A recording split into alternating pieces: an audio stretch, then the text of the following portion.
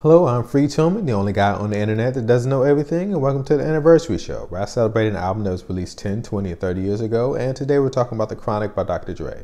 While I have your attention, please don't forget to like and subscribe, and hit the notification bell, and leave a comment. Don't forget to check out my other shows, Never Heard It, where I talk about classic albums that I never got around to listening to, and It's Been a While, where I talk about albums that I loved as a kid, but for whatever reason I stopped listening to them. Alright, take a toke, but don't choke. It's time for The Chronic. The Chronic was released on December 15, 1992, so if you're watching this in 2022, it is 30 years old. This is Dr. Dre's debut solo album after NWA. It was also the first album released on Death Row Records. The Chronic spent 8 months in the Billboard Top 10, and it reached number 3 on the Billboard 200 and was certified triple platinum within a year of its release, making Dre one of the best-selling American artists of 1993. If you're listening to the greatest hip-hop albums of all time, this is easily a top 10 unless you're talking to Rolling Stone. Fun fact, Snoop explained on his GNN show that the term chronic originated when he heard his dealer explain that they were smoking hydroponic. Snoop thought they said chronic, and the rest is history. But before we talk about the history, let's see what else happened in December. Shy, If I Ever Fall in Love was released on December 22nd, 1992. Christopher Williams' Changes was released on December 29th, 1992. Common's Electric Circus was released on December 10th, 2002. Nas's God's Son was released on December 13th, 2002. Bruno Mars' Unorthodox Jukebox released on December 7th, 2012. And Big Boy's Vicious Lies and Dangerous Rumors was released on December 11th, 2012. First of all, I want to say that if you want to listen to The Chronic, it's not available on most streaming platforms, which probably has to do with the new owner and various money disputes. The first full song is Fuck With Dre Day and Everybody's Celebrating, which was the second single from this album, and for radio play was shortened to just Dre Day. This is a classic diss record that takes shots at Eazy-E, Tim Dog, and Luther Campbell of 2 Live Crew, with subliminal shots at Ice Cube with lines like, "There we gotta creep to South Central," which was the neighborhood that Ice Cube claimed. On the Street Knowledge Mission as I Step to the Temple. Street Knowledge was the name of Cube's record label before he changed it to Lynch Mob, and the Temple reference alludes to Ice Cube's affiliation with the Nation of Islam. Spot him, got him as I pulled out my strap, got the chrome to the side of his White Sox hat. Some people say that this was about Ice Cube again, but I always associated Eazy-E with the White Sox hat, even though Ice Cube did wear one from time to time, and obviously so did Dre. Actually, so did everyone in the 90s, but seeing as this chunk of the song is about Ice Cube, it's probably about him. You trying to check my homie, you best check yourself. This is probably the most obvious diss that references Ice Cube's hit song, Check Yourself. Why so many subtle disses without naming names like he did everyone else? Well, the last time Dre dissed Ice Cube, he got no Vaseline. Not only was this song iconic, but so is the video, which featured parody versions of Eazy-E, Jerry Keller, Luke, and Fresh Kid Ice. Jerry Heller was played by Interscope's record executive Steve Berman, who is the same Steve Berman who appears in all the Eminem and D12 skits. Not parodied in the video is Ice Cube, who would appear as himself in another video, but more on that in a minute. R.I.P. to Anthony A.J. Johnston, who played the iconic Sleazy E, who also played the even more iconic Ezel in Friday, and R.I.P. to Jewel, who sung the hook. The next song is the third single from the album, Let Me Ride, and even though this single wasn't as successful on the charts as the other two, it still won a Grammy for Best Rap Solo Performance in 1994. The song appears to have another sub aimed at Ice Cube with the line, "Some niggas like henching, but I just watch them hang," a reference to Lynch Mob Records. Yet Ice Cube appears in the video for this one, so I guess all is well. The official remix of the song features a full verse from Snoop, Daz, and George Clinton that clocks in at 6 minutes. The full version of this remix is 11 minutes long and also features a guitar solo from Johnny Guitar Watson. The Day the Niggas Took Over is the only song that directly references the 1992 LA uprising. It features Snoop Dogg on the chorus and the outro, a verse from RBX, who wrote most of Dr. Dre's lyrics for this album along with Snoop and DOC, and 2 verses from Daz. The telephone effect on Daz's voice gives his voice a more sinister effect than usual.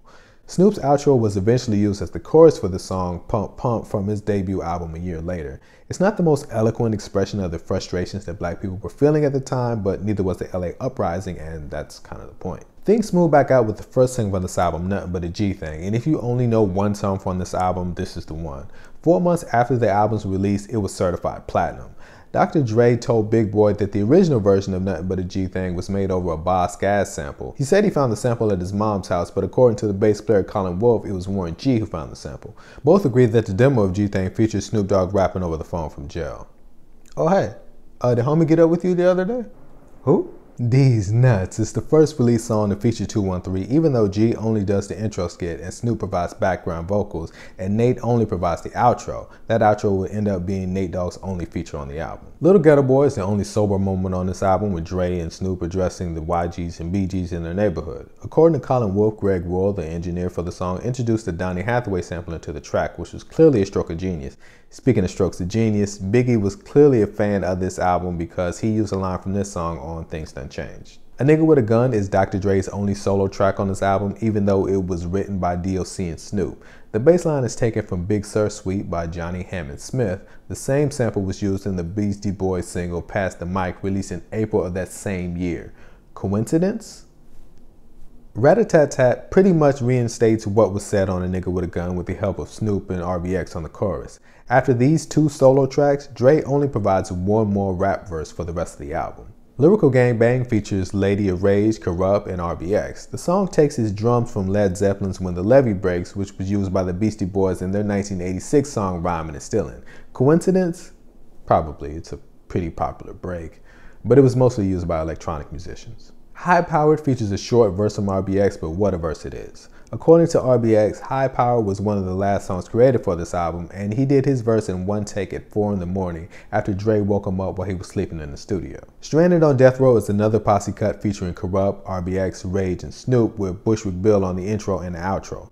How Bushwick Bill ended up on the song has always been a mystery to me. The Ghetto Boys recorded part of To Death Do Us Part in LA, so maybe that's the connection. Apparently he just happened to be in the studio at the time, and he said that the beat reminded him of an old radio show, The Shadow. That's where the phrase, "Who knows what evil lurks in the hearts of men," comes from.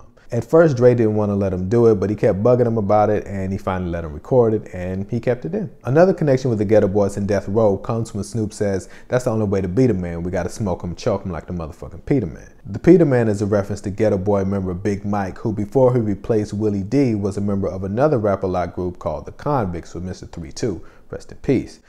On their self-titled 1991 album, Big Mike has a song called Peter Man, so Snoop is making a reference to that. After Snoop got out of jail in 1993, he was roommates with the Convicts and Warren G in LA because he didn't want to come all the way from Long Beach to get to the studio. Big Mike would eventually use the line from this song on his debut album for the song Smoke 'Em and Choke 'Em. Another fun fact, the guy who breaks the domino table in Snoop's Gin and Juice video is Big Mike. And then we have the closer, Bitches Ain't Shit. The perfect mix of a hard beat and lyrics so raunchy it's hard to take seriously, which is why everyone, boys and girls alike, loved this song and grown-ups hated it. Nothing But a G Thing was the most memorable single from this album, but Bitches Ain't Shit was the most memorable song. And what a way to close an album. I've read that Dr. Dre heard what A Tribe Called Quest did with jazz on the Low End Theory and decided he wanted to do the same thing with funk. I don't know if that's true or not, but that's 100% what he did. Dre took a genre of music that's dark and brooding and made it sound like a pop record. He made hardcore music that didn't water down its message, but also made you want to dance to it. So, happy anniversary to The Chronic. This is Free Tillman, the only guy on the internet that doesn't know everything. Peace.